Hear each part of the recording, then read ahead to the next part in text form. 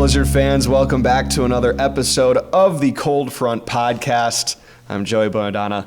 That's BJ Steffen. Already at the halfway point of the 2026 season. Teams starting to establish themselves as contenders. Well, I think the Blizzard have been established as a contender for a huge stretch of this start of the season. What are our thoughts here as we end the first half? Well, 7-1, tied for the best record at this point in the season. Hasn't been like that since 2010, we said. So looking good. We're pulling ahead. I think we're 2 or 3 games ahead of the next closest team. I don't remember if that's technically Jacksonville or Orlando or whoever. Yeah, tiebreakers and whatnot so far. So we're looking good. Let's just keep winning games, and we're gonna be solid in the first seed for a while. 7-1, the best start, as you mentioned, since 2010 in franchise history. 8-1 would officially break that, but let's not get presumptuous. There is another big game this weekend. The East, tough. This has been an incredibly tough stretch at this point in the season, but the Blizzard have answered every call. Let's get into our Squall report this week and talk about this week's matchup against Quad City. Turnovers, the story of the game, some forced, some unforced, but some bounces went Green Bay's way, and they were able to take advantage of them en route to the win. Yeah, we had 5 turnovers. That's the biggest story of the game. Obviously, we won by 25 points, but yeah, 5 turnovers went our way. We had a couple go back towards them, but our defense was great. I mean, obviously, not all of them, like you mentioned, were forced, but we had a pick. That was great. Mevis had a fumble recovery, which was crazy. Just everything kind of went our way, and I'm happy with the win.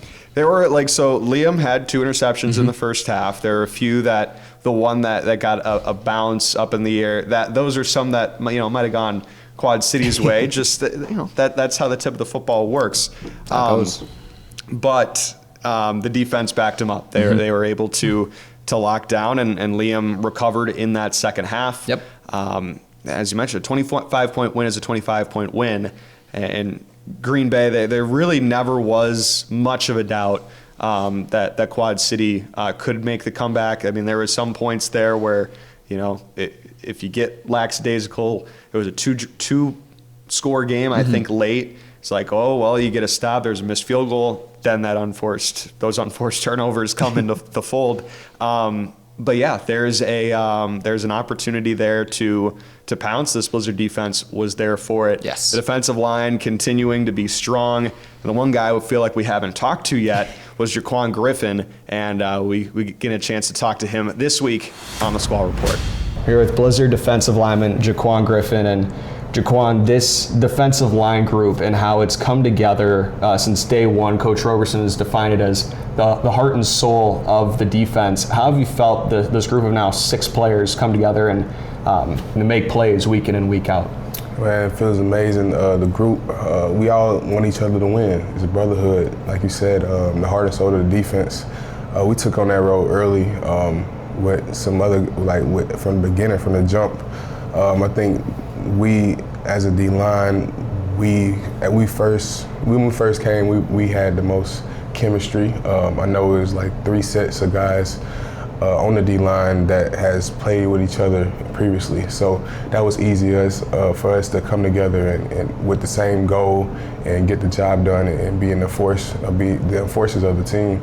So everybody on the D-line, we want to get to the next level, and we know what it takes, and it's like we coaching each other up. Like, we take coaching from each other. Like, I mess up, he's gonna be the first person to tell me something that I did wrong, and vice versa. And when we got a group like that wants to get to the main goal, then it's just easy and it's fun to play with. So you talked about getting together early. Week 1, you had the fumble recovery, and that was your birthday against Vegas, right? Walk me through that play. Man, I don't know. I know it was way back. Yeah, man. Since college, though, my coaches always told me, run to the ball, and good stuff gonna happen. So I just carried that on to my play and just really honed in on that. And I ran. I knew something was good was gonna happen. It was my birthday. I was feeling good, you know. Got the team win. I just ran to the ball and popped out, and I just picked it up and got a couple yards. Tried to hit the zone, but I couldn't. Didn't get it yet. So this past game as well, obviously a lot of fumble recoveries, a lot of those forced, unforced, but still being able to make the most of creating opportunities for the guys on offense. Yeah. What did you take from this past game against Quad City? That I took that if we're gonna lose, we're gonna beat ourselves. Like I don't think that there's any team right now that can mess with us. Only we if we lose, it's gonna be because of mistakes that we have made, and that if we just keep on playing each play like we need to play, then we're gonna be all right. You mentioned earlier that there was a group of guys that have all already played with each other. You were at Coastal Carolina. You were with Alan Henry, right? Henry. So what was that like in that process of going through college, but then also coming to the indoor game and getting to play with him? Yeah, man, that's everything, man. Alan, that's my guy, man. At Coastal, that's the first guy I clicked with, man. That's my best friend. We had a good career there, best friends. Then after college, man, I was like, I don't even know if I want to play anymore. I got into the work field, was working. I was just keeping contact with Alan, seeing how his season was going and everything, and he loved it. And I was like, man, just talking to him, I was like, man, I don't know if I want to keep going, if I want to do it or not, but it was just something in me telling me to just keep going. And so I just stayed like healthy, started working out and everything like that. And then he had told Coach Robe that I wanted to keep playing. Coach Robe gave me the opportunity, and now I'm here. So it's just like brotherhood. And that him putting my name, putting his name on the line basically for me, and believing in me that I can get the job done. That says a lot, man. Well, one of the best starts in franchise history, 7-1. Obviously, things are still going, but just one half of the season done. Still a lot of work to do. 1-0. What are the goals? Obviously 1-0, but what's the goal and the mindset of this team every week? 1-0, man. Every play that you're on, every down that you out there, give your all. Because you got brothers in the back end that's counting on you to do that, and they'll do it for you too. So I feel like everybody on the team, we know that. Like we know that, so it's easy to play for guys that do the same thing and view each other as brothers and not selfish at all. If it's a job that needs to be done, it's gonna get done. My boy Allen, last game, we needed somebody on kickoff, and he just volunteered. Hey, I'll go out there, and that's just the type of guys we have out here. And that's a championship team. I've been on championship teams before, and we have everything that says this is going to be a championship team. So I feel like the main goal for us is to win the championship. I know last year the team didn't we came short at the championship. But this year I feel like we got it. Awesome, man. Well, we appreciate your time, and best of luck this week in Oklahoma. Yes, sir. Appreciate that, man. But yeah, this defensive line continues to be one of the it is the best unit in the IFL. I think if you take any position group that you want to rank them one by one across any position, this defensive line, through it all, through the injuries that they've battled, they have continued to look dominant. A huge turnaround from where the run game was for Quad City in that first game. Daquan Neal having over 100 yards rushing all by himself in that one. This time they were very much held in check. And that defensive line has really stepped up over these last 2 weeks against some strong rushing attacks and Fishers in Quad City. Yeah. They've been looking great. We didn't have Sean Musson play this week, and I don't believe he played last week either. But the D-line's still looking great. But I really want to shout out the O-line compared to last Quad City game versus this one. Absolutely. The first half of the last time we played Quad Cities, Liam had no time. That's why we only had 8 points in the first half. This time, Liam felt like he had all the time in the world. He had plenty of time to step up. He could run if he wanted to. I think that was the biggest difference maker from our offense because we couldn't score last game. And this time, we had no issue scoring. Trayvon Alexander, returns to the lineup. He has 2 touchdowns in the win. Terrell Carey, the play of the game. Again, the catch and run. It works. And these receivers, any of the pass catchers on this team, they play with such toughness. That's my takeaway with this group, that it's not easy to bring them down. No. We've mentioned it before. Every single one of our wide receivers could be a wide receiver 1 in this offense. And all of them are playing like wide receiver 2s and 3s, but are still getting solid numbers. It's been a great balance for our offense, and mix that with a solid running game with Brown. He's stepping up in his role. O-line giving Liam plenty of time. Everything's just clicking right now. So as long as it keeps clicking, we should be doing pretty well. Quickly touch on some other games from this weekend. Orlando with a walk-off win against Fishers. That's an incredible. I was watching that game a little bit on Saturday night, watching the end. And I'm starting to think, all right, you're at the 1 yard line, 3 seconds left. You got one play to do it. Are you kicking the field goal? Are you taking the QB sneak? Are you throwing the ball? Sounds a little familiar, BJ. I don't know. We'll leave that one alone. But Paxton DeLaurent, again, I've been really impressed by him. Well, I'll say that. Yeah, I don't want to say the stat in case I'm wrong, but I think I'm right. I think he was 28 for 31. Yeah, that only sounds 3 right. incompletions. One of them was a pick, so 29 for 31, right? Yeah. It didn't hit the ground. It didn't hit the ground. So he's been looking incredible. It was a perfect pass to that wall. And I think they would have had enough time if he dropped it to kick a field goal too. So it wasn't really that risky, all things considered. Mm-hmm. So it was a perfect play call. And Orlando took down Fishers, who had only lost to us. So they're going to be solid contenders. Yeah, and I think the defense, they made some personnel changes on that defensive side.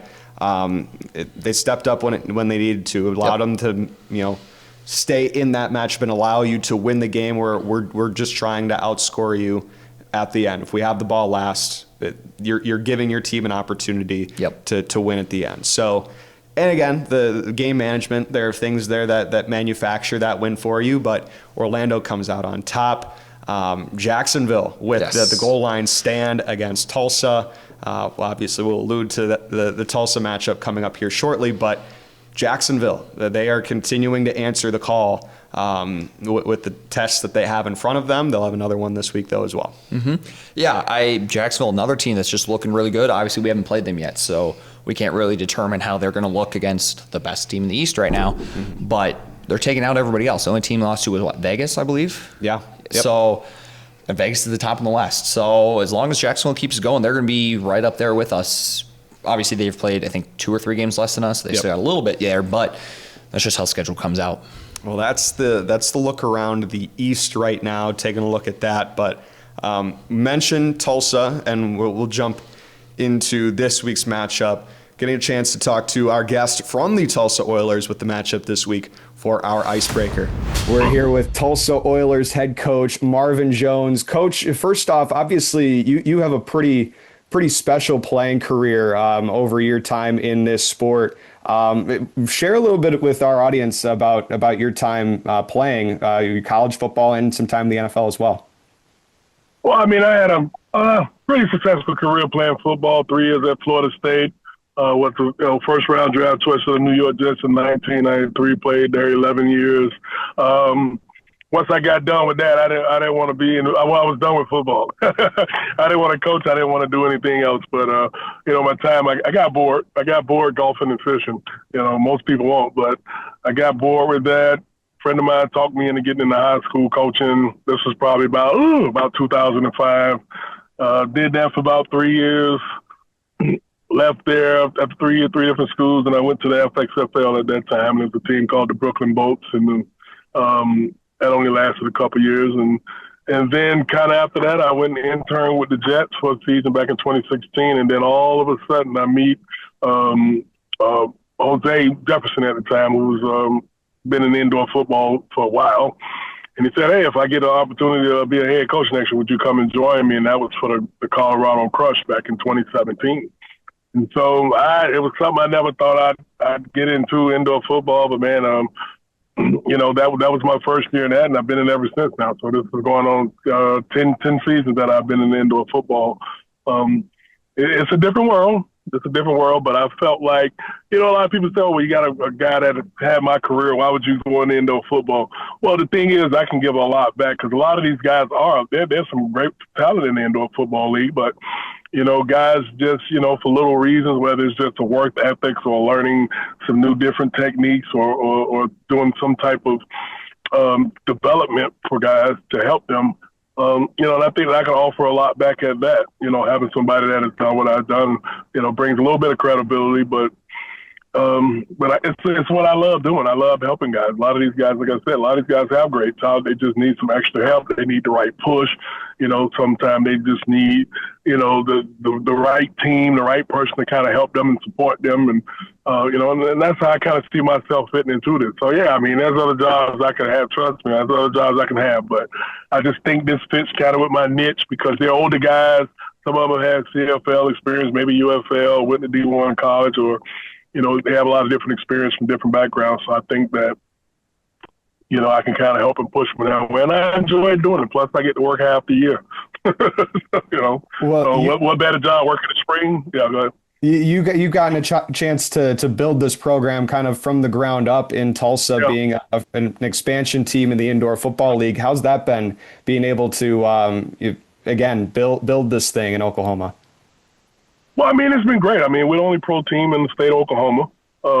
There's Sooners OSU, and then there's the Tulsa Oilers football team.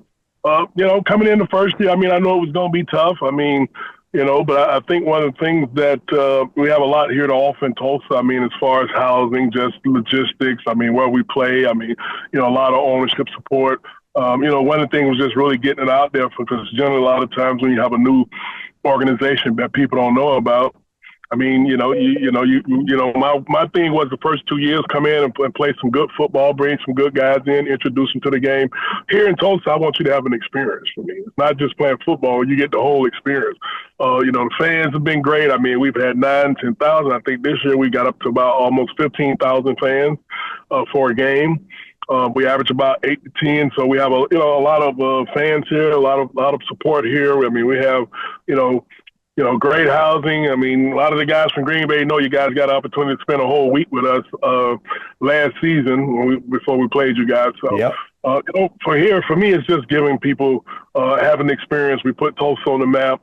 Going into the second year, we missed the playoffs by one game. The next year, we made it to the playoffs, won 10 games that season. This year, up to this point, man, we just gotta finish games now. I mean, that's where we're at right now. Well, I got to say, I got a chance to come out there for the expansion year, the first year at the BOK Center, and you could tell there was an energy about it, and it's definitely taken a rise of its own. I did also want to ask you, because I know this is a special time of the year with the NFL draft, and I know your son got an opportunity to go to the Seattle Seahawks. Out of undrafted, but getting opportunity to play at the next level. What's that been like for you and your family? Well, it's been great. I'll tell you why. I mean, it's like football. What people have to understand with football, you got to realize you don't really get the fruits of the labor for 18 to 20 years. Or 20, you got to go through. You play from the Pee Wee, you go through the high school, you got to go to college. But I'm not going to let me rephrase that because now they're getting paid in college. But back in my days, you had to wait all the way till you had to go make it to the NFL in order to get paid legally. I mean, other teams probably already doing it, but right. But it's been a great experience watching him. Because I know obviously he came from as a little kid. I've always had him introduced into the football world, and it's always been a good player. And he's got an opportunity to do something special. I told him, you look at his situation. I mean, he's won 2 high school championships. Then he leaves there and he signs with Georgia, and they go and win a championship. And ended up, Florida State went through a bad bump and bruise that year, but ended up coming to Oklahoma, which I think would really, really help with his development. I wish we'd had Brett for the 4 years, honestly. But now he's going to a Super Bowl champion. So it's like, man, you've had an opportunity to go to nothing but win.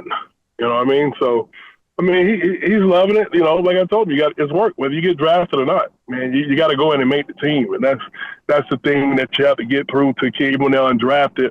because they don't understand sometimes that exactly, like, no matter what you do, no matter how you get into the NFL, it's a blessing to even be undrafted and signed as this is Super Bowl champions. So Right. now you get to go and practice and be part of the best and get experience against the best, being in an organization that's winning. So that's definitely a help point. So I mean, hopefully everything pans out for him, and that's the team he can play a long time with. But he'll have a great foundation because he went into a winning situation. Not whereas me being a high draft choice, I get to go to one of the worst teams in the league at the time. So Hey, well, John Schneider, I'm sure you've figured that John Schneider's a Green Bay guy, so it's been fun to follow. Yep. It's been following his connection and obviously a lot of success that he's had with the Seahawks. So, well, Coach, we really appreciate your time and talking a little bit about your story, and best of luck this weekend here at this matchup. All right, great talking with you. Have a great day.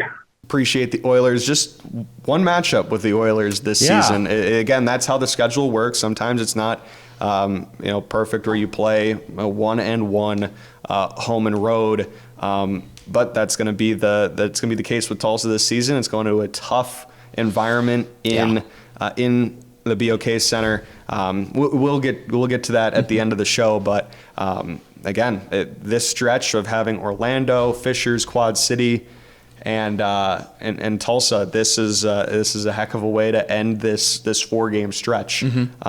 So be excited to look into that as we go forward here to the midway point of the season.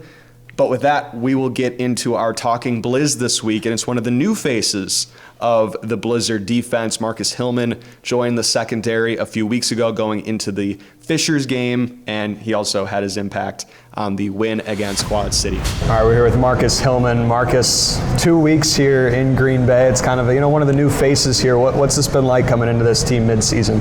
Coming to the team mid-season, at first I feel like it was kind of tough. Got to learn the playbook and stuff, but I feel like I've been embraced with open arms. It's a family-like atmosphere. A lot of the guys, we do stuff together. So I feel like I'm fitting right in, able to do team bonding things, getting close to my teammates. So it's been fun. And you've had a little bit of experience in the indoor game. You spent some time in camp out west in Arizona, now coming into a role here in Green Bay. How much do you think that helped you in trying to at least understand the indoor game? Definitely helped me a lot, just being able to understand formations, understand, what's expected of you with a smaller field playing indoors. So that was a helpful transition, being able to just break down things. I'm big on film, so being able to get in here, lock in the film room, and be able to, transition and take the things I took from Arizona to here has been helpful, very helpful. Take me through your upbringing through the sport. Just when did you know football was going to be a part of your journey? When I realized football was a part of my journey, I've been playing football for a very long time. So probably since I was 7 is when I first started playing football. Around the time we hit to the high school level, I feel like I really started to blossom, it was around my sophomore year. And as much as coaches started to get more confidence and stuff from me, I was like, okay, this is something I definitely can stick with. So I think my sophomore year of football was when I really took that next jump, played with some great players in high school, still play professionally now. So, those guys are able to kind of, take my tempo up, inspire me and continue to keep me going. And now coming into Green Bay, again, 2 games under your belt on this defense, and you've been able to be a part of some opportune games defensively. This past one, forcing a lot of turnovers against Quad City. What do you think the mentality is of this group? Obviously, trying to get a hat to the football and wreak some havoc a little bit. I mean, the mentality of the team as a whole is to win. I feel like, at any time, in the locker room, no one gets on each other, no one's getting down on each other, but we all want to win, and we all know it takes that extra step, takes that extra fight. So from offense to defense, we're always picking each other up. And one thing we always break down on the practice for defensively is swarm. We want to swarm to the football. We want to have as many hats as possible, and good things happen when you run to the football. What's one thing you'd want to share as a fun fact? This is always the one that new to the game, but this is always my question I ask. What's one fun fact you want to share with Blizzard Nation? Blizzard Nation, one fun fact. Fun fact that I share with the guys is I was fortunate enough to play for Coach Kurt Signetti, who won the national championship in Indiana. Yeah. So he coached at Elon and recruited me my freshman year. So that experience was pretty cool. So I think that's my fun fact, knowing that I shoot part of the process. Yeah, no, that was one of the parts of your journey I forgot to mention about. You were at Elon, obviously had a successful college career as well, and it got started with a guy that has really come on strong in college football ranks. What was that experience like working with Coach Sig? It was hard. It was my freshman year. So, my freshman year, he had a lot of coaching experience, obviously, coming in. So it was just, really just being mentally, locked in. Our first game was versus South Florida my freshman year. So we made sure we practiced in the heat of the day around 3 o'clock. Had a lot of extra reps. A lot of what I remember from that process is we always had an overtime period or something like that after practice, after a scrimmage or something. And everything was just stern. He expected things a certain way. And it was being a professional before having to be a professional now. So that definitely took me. Are you surprised about the growth that he's gone and brought the program in Indiana to now? I won't say I'm surprised about the growth because everywhere he's been, he's elevated Google every him, program. Right? Really, he's elevated every program. If you look at the recruits along his ways that he has recruited, he's always recruiting great players that go on to do great things. So it's not surprising, but national championship in 2 years, I don't think anybody could have called that. But knowing that he would win a lot of games and make the playoffs and go far, that's definitely expected from how he carries himself. Awesome, Marcus. We appreciate your time and best of luck this week against Tulsa. Yes, sir. I appreciate it. Appreciate Marcus for his time this week. Kind of got a chance to know him a little bit on the Fishers trip. Just 2 weeks that he's been in Green Bay, and plugging into that secondary has been massive. Let's go forward into our forecast for the week. Just 4 games that we're previewing. We should allude, we do have the IFL Cup looming, and the first week technically is this week. It starts on Monday, but we're going to have an opportunity to discuss the IFL Cup in deeper detail because you and I will both be there in New Jersey. That'll be next week. We'll bring you some fun stuff from the Meadowlands, but let's dive into this week. Let's dive into the 4 games that we have right now. And Tucson, Quad City, they're in a rut. They're in a rut. They got a Tucson team coming into town, home wheelers against a team that just scored 14 points in Arizona. Yeah. What makes of this matchup? Something has to give. Someone's got to win. Someone's got to win. I think we can say that a couple times this week, but you got to go Quad City, right? They put up 40 against us.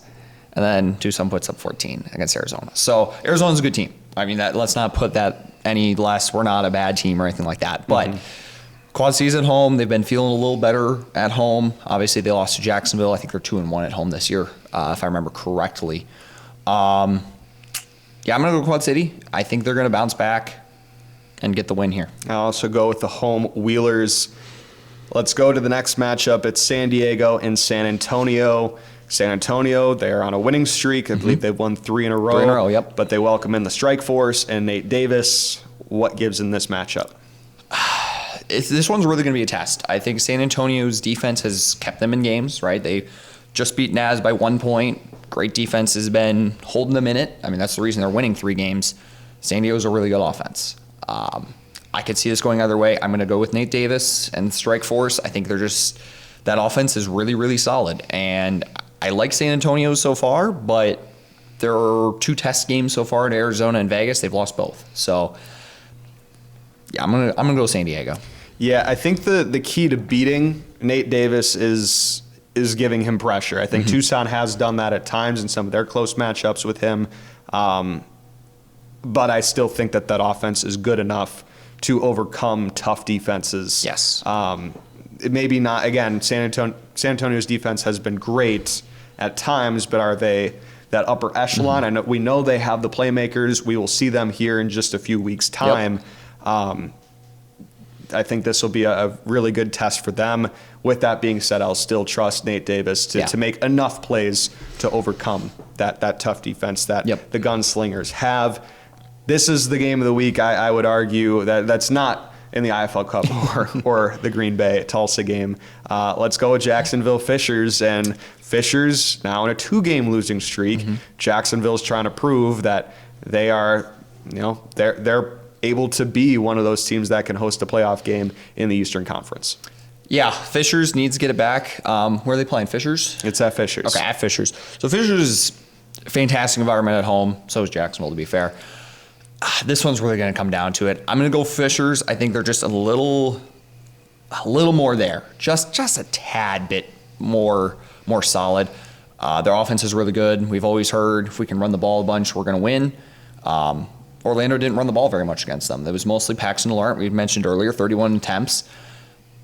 Jacksonville, they have Robinson, Jimmy Robinson. There we go. Of course, Jimmy Robinson. So they're used to playing against great running backs. So obviously in practice, they got to go against probably the best running back in the game. So we'll see. I think it's going to be a really close matchup. I'm going to go Fishers.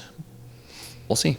I think, Fishers, I think vice versa. They run the football incredibly well. That's what they want to establish. I think that Jacksonville was doing well enough to they made the plays when it mattered in the red zone. If they can win those short down situations, I think they've got a real chance to continue stacking these statement wins. But I just can't envision Fishers going on a 3-game. I know they went on a losing streak last year, so it's not impossible. But I can't see this Fishers team going on a 3-game losing streak, especially at home. I will go with the Freight to get back on track. No pun intended. But to get that win at home, I think that'll be my pick for the week. The last one, this is another one of our matchups, so someone's got to win. Someone's got to win. It's Iowa at Northern Arizona. Combined 1 win between these two teams. Yeah. This is going to be a hard watch, I think. I'm going to go Iowa. I'll go into it. I'll go Iowa. Yeah, I go Iowa. Just they have one. Naz brought in 2 new quarterbacks this week. They're still getting adjusted. I can't remember his name now, but he had 14 pass attempts, 4 for 14. But he ran the ball really well. Almost had 100 yards rushing. I think he had 2 or 3 rushing touchdowns. So getting him more accustomed to throwing the ball, a little more accurate. I think Naz can play a good game, but I think Naz is kind of rebuilding midseason. Iowa started their rebuild already, so they're kind of trying to get back into it. So I'm going to go Iowa. I will also go with the Barnstormers. It doesn't matter. Yeah. We'll go with the Barnstormers here in this one. That brings us into our blueprint for this week. And we have a matchup to discuss that I think a little more upper tier. A little closer. A little closer to upper tier. It's Green Bay against Tulsa. This is a matchup that we've seen a lot of great matchups over the years since the Oilers have come into the league. Yep. Last year, it was a 2-game road trip for Green Bay. It was, again, odd circumstances with the draft in town, but they were on the road for 2 weeks. They go to Tulsa, and the Oilers, they controlled that one. But the last time they played was the playoff game a year ago that Green Bay returned the favor with a strong win at home. What gives here? We mentioned that environment at the BOK Center. What do you have to do to overcome that? Not being on a 2-game road trip helps. A little bit. Yeah. Green Bay's we're not in a weird, awkward situation like last year. Not to give excuses to last season, but I think that was our worst game of the year. And everyone was just kind of off. We had guys coming in who didn't even have jerseys and stuff like that. We had a lot of issues going on, and that's not even anything we could do, right? Like you mentioned, draft, just how it goes. But I think Green Bay's a little more put together. I say that a lot, but we look good. And as much as I tend to be a little more negative, I think we're looking really good. Tulsa coming off another loss. They're sitting at 2-4 right now. They need a win, especially against a top-tier opponent. I think Green Bay is just going to be able to outscore. I'm trying to remember, because that was Sean's first game back. He was coming back from the CFL. But yeah, in the middle of the road trip. I think Rafiq was coming back to that game as well. So you're bringing people in the middle of the road trip that you want to try to get settled a little bit, I'm sure. But now you kind of, like you mentioned, we're settled. It feels like things are getting settled this year. You're at the midway point of the season. Again, you can't compare apples to oranges. 2 different situations. Very different. Very different situations. But yeah, Tulsa, it is a tough place to play. I think if you limit the turnovers, obviously that was a big key this week. If you can limit turnovers, I think you'll be good. to keep the crowd out of it, I suppose. You don't want to dig yourself in a hole in the road against this team. So I will go. That is a big key to this game. What's another one you got your eye out on for? Especially on that Tulsa side, we know what we've seen the TJ Edwards show. That's obviously an experience in and of itself. Yeah, we've played against him a bunch back when he was in Frisco. I remember starting, I think it was 24. We had that first game, and we lost by like 30 points because he was just running all over us. He had 10 touchdowns in the season opener in 2023. Yeah, so 23, thank you. So it's going to be containing him. I think Jacksonville did a really good job of it. They were keeping him in the pocket. He was getting a lot of pressure. Green Bay needs to do the same thing. Yep. So keep a linebacker back in case he gets out, but being able to bring 3, if not 4, and keep a spy on him still, I think we're looking pretty good. Yeah. So again, more tests with the receiving core. I think that'll be a big key, but make TJ Edwards uncomfortable. Yep. It's easier said than done, Yeah. but that's obviously a key to this one. Take care of the football, contain TJ Edwards. So those are my things to keep an eye out on this week in Oklahoma. You'll be there, correct? Yep. So yeah, it's going to be a long weekend, flying Saturday out to Tulsa, basically day of, and then immediately flying out to New Jersey to make it out for the Cup. It's going to be a long weekend, but I'm super excited. Yeah, I'll be in New York over the weekend, so I'll get a chance to tune in from afar. BJ will be there in person. We'll get to reconvene next week when we're in the midst of the IFL Cup in New Jersey at American Dream. Obviously, Blizzard won't be there, but it's a bye next week. So it's a good opportunity. Needed bye. Yeah. I was talking to a couple players at one of the events they had this week, and they're like, yeah, we just need the bye week. I think we got pretty lucky with our schedule. It's very balanced. I think like San Antonio and Tulsa and Arizona had 2 or 3 bye weeks to start the year. Right. And it's like, great, now you have one for the whole rest of the season. Because when you start at the beginning of the season, you kind of, it helps. It's there's other factors at play, but you get that at the beginning of the season, you kind of get treated a little bit at this point in the season. So that's obviously a big key here. Get healthy, stay healthy. We've talked about the injuries that have stacked up at the beginning point of the season. Now try to take this next week to after the Tulsa game to get back into the swing of things. But this week, next week, it'll be a great opportunity to highlight one of the cool events of the Indoor Football League this season. Seeing a lot of progress and continuing to grow the league. This one, I'm looking forward to seeing what's going on at American Dream in Jersey. 4 great teams that we will get a chance to see in action. So many great storylines to follow.